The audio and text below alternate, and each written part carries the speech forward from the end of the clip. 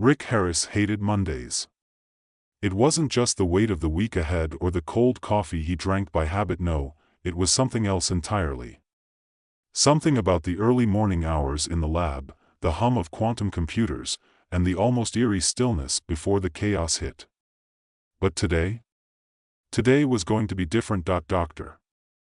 Richard Harris, physicist extraordinaire, or so he liked to call himself, stood in front of a blackboard that looked like a madman's dream journal. Equations spiraled off the surface in a swirling mess of numbers and symbols. Some of them weren't even equations, they were doodles of cats, robots, and a particularly ugly drawing of his colleague, Dr. Helena Yu, stuck in a perpetual time loop. The day had started like any other, with the usual arguments over who would make the coffee and who had forgotten the muffins, but that was before the sky turned into something else entirely. From his office window, Rick stared at the skyline, where things weren't quite right. The city's towering glass buildings shimmered with a strange flicker, like a poorly rendered video game. It wasn't just the skyline, though. The air itself seemed to pulse, vibrating in a way that made Rick's hair stand on end. It was as if reality itself were losing its grip. God, not again, he muttered, shaking his head and turning back to the blackboard. He had a theory to prove, and nothing, not even the universe itself collapsing, was going to stop him. The lab was filled with the usual cacophony of clattering keyboards, murmured conversations, and the whirring of ancient equipment trying its hardest to keep up with the cutting-edge projects the researchers were working on. Rick's colleague, Helena Yu, stood at the back, tinkering with a quantum communication device that looked like a cross between an old television set and an alien artifact. Helena was focused, her brow furrowed as she adjusted the dial on the device. Rick watched her for a moment, half amused, half curious. She had this way of throwing herself into her work almost as if she could see something no one else could. Rick often teased her about it, calling her a time traveler in disguise. She'd always laugh, but there was something in her eyes that made him think she might just believe it. Or maybe she was starting to. "You've been quiet today," Rick said, spinning in his chair and raising an eyebrow. Helena didn't look up from her work. "You should be quiet too. We've got bigger problems than your jokes right now." Rick's smile faded. "I'm not joking. There's something wrong, Helena. Something bigger than usual." Helena finally turned to face him, her sharp features suddenly serious. "Don't tell me you're still obsessing over the quantum instability." She gestured to the humming equipment around them. "That's yesterday's news, Rick. We've already proven that quantum particles are responding to the time distortion in ways we couldn't predict. The future is leaking back into the past, and everything is getting unstable. We're just trying to ride the wave." Rick's face darkened. What if it's not just a wave? What if it's a storm? He paused, looking out the window again. What if it's more than just time distortions? What if it's a virus? Helena raised an eyebrow. "A virus?" Rick nodded, his fingers tapping on the desk. "Yeah, a quantum virus. Something that's not just affecting the particles, but the very fabric of reality itself. What if we're not just seeing the effects of time leaking backward? What if it's more like a code, or worse, an infection?" Helena stood up straight, her eyes narrowing. "And you think, what? That someone sent it here?" Rick's voice dropped to a near whisper.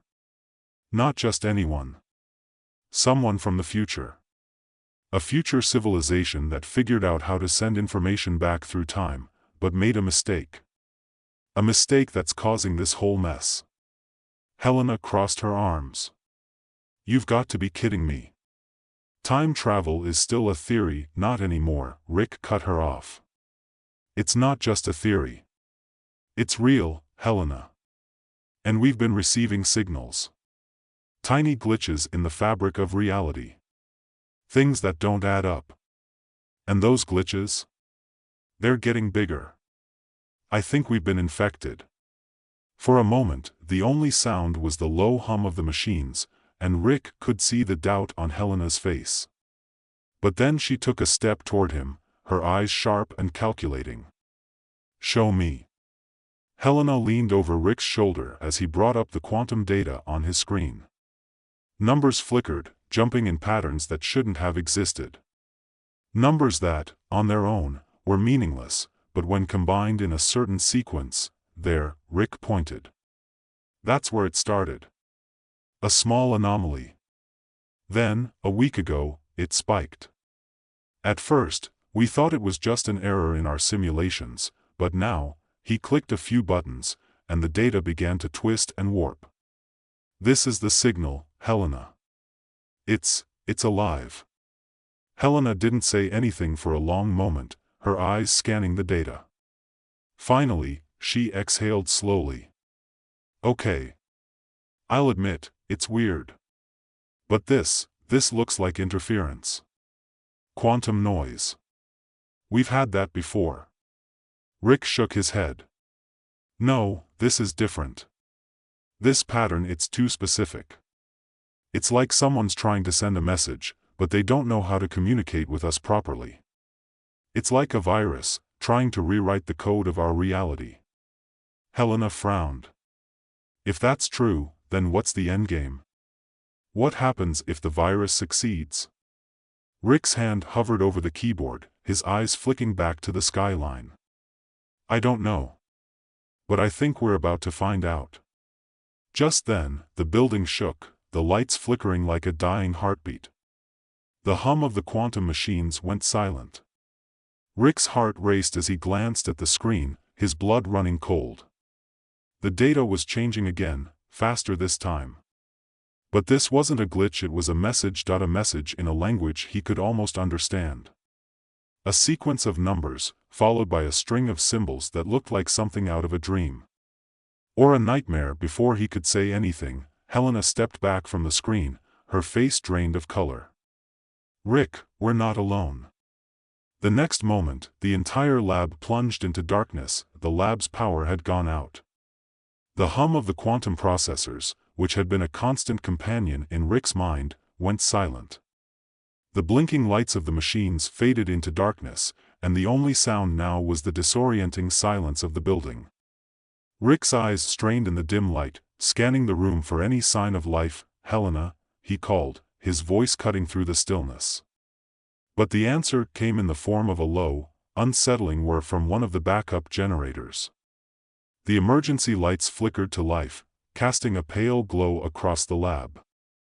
It wasn't much, but it was enough to see Helena's shadow moving across the room, her figure framed by the soft light. What the hell was that? She asked, her voice tight. There was no sarcasm in her tone now, no cynicism. Only a raw, palpable fear. I don't know, Rick said, pushing himself up from his chair. The screens were blank, and the data had vanished. Everything they'd been working on was gone in an instant. The quantum anomaly, the signal they'd just evaporated, like smoke disappearing into the air. But Rick knew better than to believe in coincidences. Something's messing with the systems, something big. The low rumble of the building shifting again made his stomach tighten. The tremors felt stronger this time, like a tremor before a quake, but there was something else too, a vibration, a pulse. Rick's skin tingled as though the air itself were alive with energy, far beyond the typical hum of their equipment. We need to get to the control room, Helena said, cutting through his thoughts. She was already moving toward the door, her steps quick and purposeful.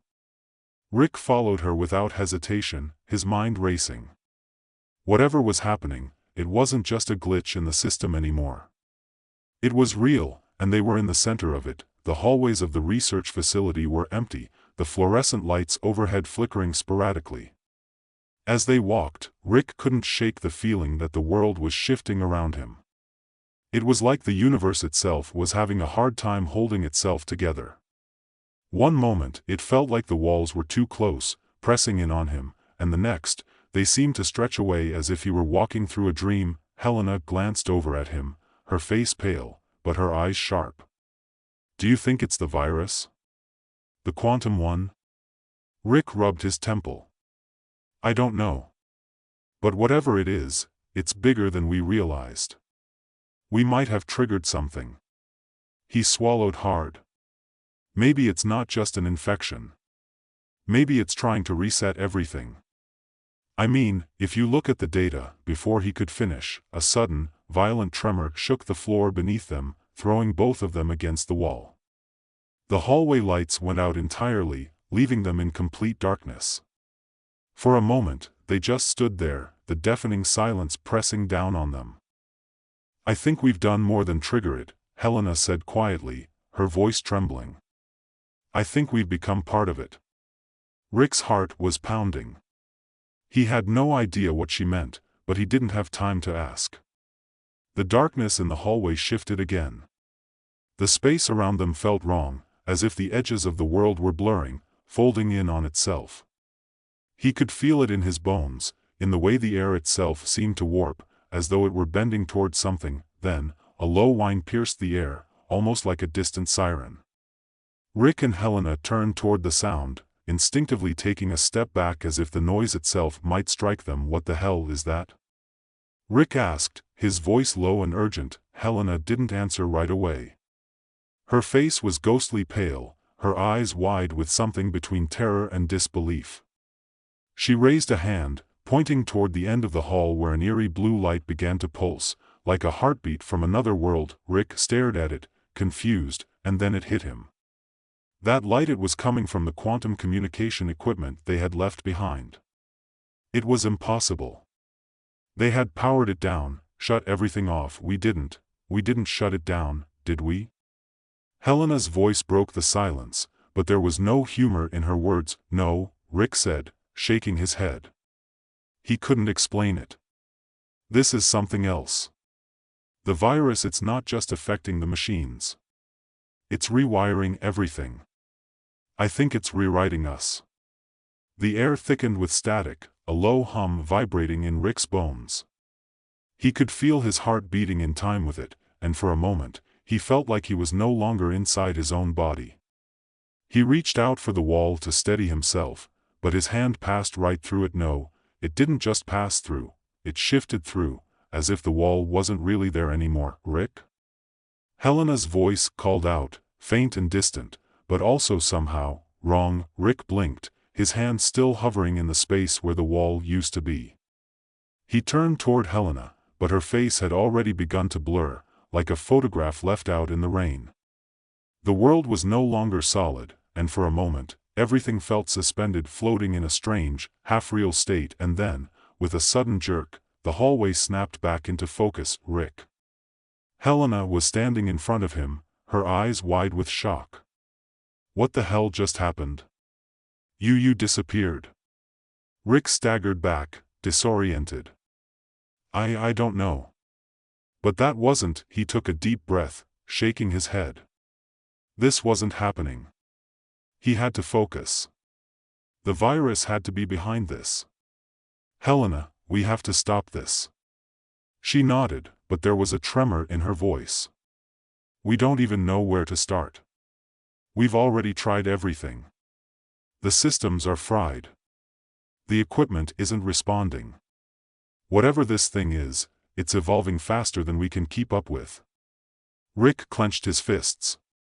"Then we keep moving forward. We have to." They reached the control room, and as Rick pushed open the heavy door, he was struck by the unnatural stillness of it all. The control panels were blinking erratically, each monitor showing distorted images, fractured, incomplete, like pieces of a shattered reality. And there, in the center of the room, stood the quantum communicator, glowing ominously. A message appeared on the screen. "This is not an error." Rick's stomach churned. He knew what it meant. The message wasn't just a signal, it was a warning. But from who? From what? And how could he stop it? Before he could even think of an answer, the room trembled again, and the lights flickered out entirely. The quantum communicator blinked out of existence, leaving nothing but a cold, empty silence. And then something snapped. Rick gasped as the world around him collapsed. The walls began to fold inward, warping and stretching, the laws of physics unraveling before his eyes. Time was no longer linear, it was spiraling, folding in on itself.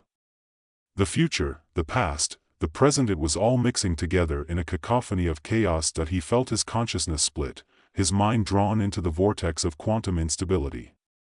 Then, a voice, his own voice, echoed through the void, "You've already made your choice. There's no going back." And just like that, everything went silent. For a moment, there was nothing. No lab, no lights, no time. Only the eerie stillness that followed the collapse. Rick opened his eyes. He was standing alone in an empty void, the edges of his perception flickering like static on an old television. His thoughts felt disconnected, like echoes of something he used to understand, but now seemed just beyond his grasp. He tried to move, but his body refused to cooperate. Time, it seemed, had no meaning here. It was suspended, fractured. He could still feel the presence of the virus. No, the signal buzzing at the edge of his awareness. "You did this," the voice repeated, louder now, its words reverberating inside his skull. Rick had no answers. No way forward. Only the void, and the awareness that the virus wasn't just a glitch. It was the end. Rick couldn't move. Not physically, not mentally. It was as if the very concept of his body, of his existence, had been erased. He tried to reach for something, anything, but his limbs felt like they were no longer his own. The edges of his reality flickered, a glitch in the matrix, a rip in the very fabric of space and time. It was the virus, he realized with growing dread. Not just a virus in the quantum systems, but a virus in the universe itself, and he had triggered it. His thoughts scrambled as fragments of the world tried to recombine, like shards of glass clinking back together in the wrong order. He was aware, but unable to focus on any one thing. Time, space, consciousness, everything around him swirled in a vortex of chaos. One moment, the sensation of weightlessness enveloped him, as if he were floating. The next, the ground returned with sickening speed, crashing beneath his feet. It was then that he heard it again, the voice, a voice that wasn't his own, yet sounded eerily familiar. "It's already too late." Rick's heart thudded in his chest. He tried to shout, to demand answers, but the words wouldn't form. There was no air to speak. No ground beneath him. Just the voice, low and resounding, echoing through his mind, reverberating against the fractured walls of reality. "You can't stop it. You can't escape it." The words didn't just come from the air around him, they came from within him, as if they were embedded in his own DNA, in the very core of his being. The realization struck him like a bolt of lightning. It wasn't a virus in the traditional sense. It wasn't biological. It was information. A message. A signal that had been sent through time, from the future, back to the past, and now to him. He wasn't just receiving it, he was part of it. Part of a system that was already too far gone to repair. "You are the virus."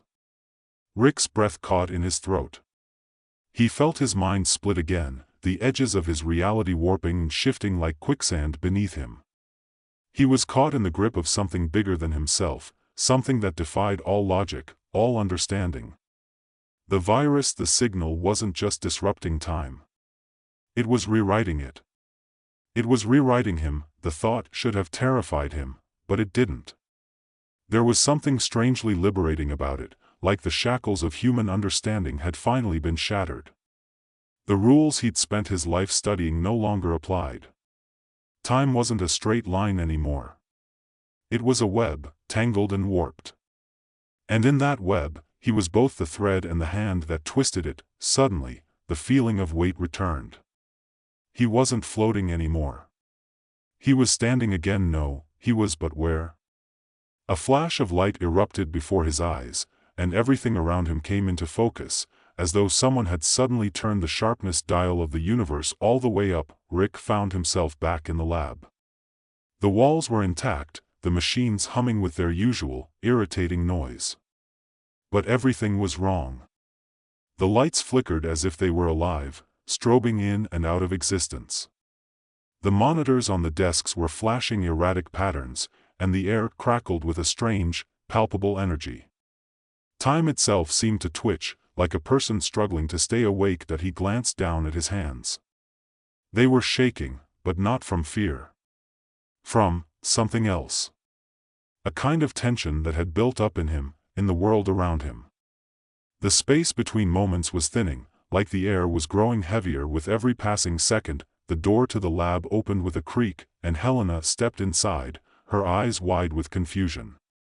But it wasn't just confusion. There was something more in her gaze, something darker, as if she had seen what he had seen. Felt it, too, Rick, she said, her voice unsteady. Is it over? Rick stared at her, momentarily unsure of how to respond. What could he say? That they were both trapped in a never-ending loop of quantum distortion? That the universe was collapsing and they were the architects of its destruction? That there was no going back, no escape, but when he opened his mouth, the words didn't come out as expected. Instead, the voice echoed in his head again, as though it had spoken through him, making him its vessel. You are already part of the system.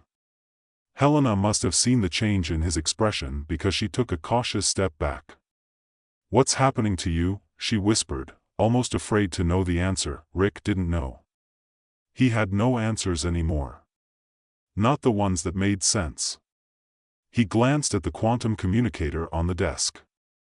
It was still there, still humming with that strange, pulsating energy. The anomaly. The signal. The thing they had been trying to understand, trying to fight, was still feeding into the lab, feeding into them. Helena, Rick's voice cracked as he tried to speak.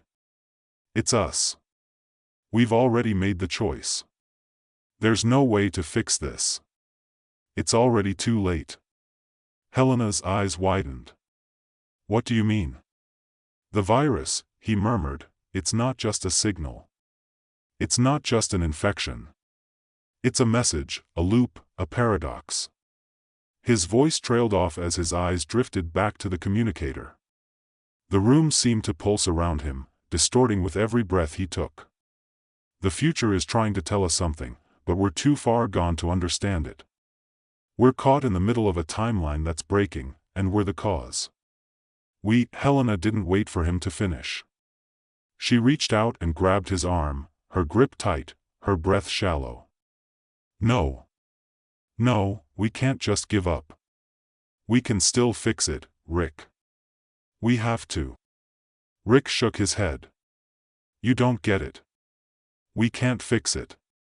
The future sent this signal back to us. We were the ones who started it. The moment we tried to understand what was happening, we became part of it. The virus, the instability, it's not just messing with reality. It's reality. We are part of the cause.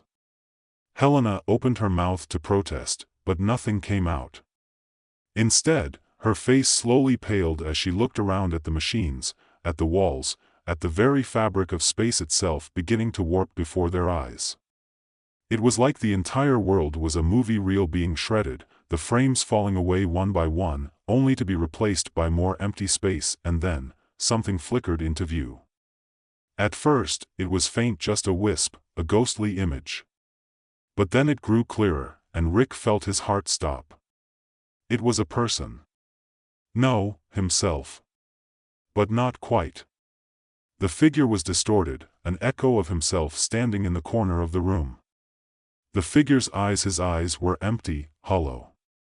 And they stared directly at him. This is the moment, the figure said, its voice not his own but distorted by the quantum anomaly. This is when you break. Rick stepped back, his mind reeling. The figure spoke again, but its voice was not a warning, it was a promise. It's already too late, Rick. It was always too late.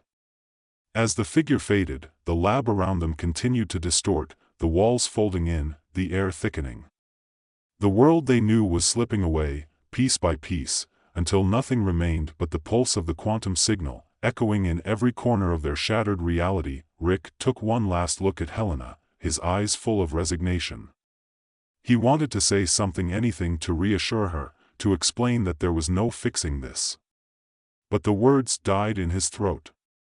There was nothing left to say. In the end, all they had left was the inevitable collapse of everything they had known. The virus was not just in the machines. It was in them, in the very core of existence.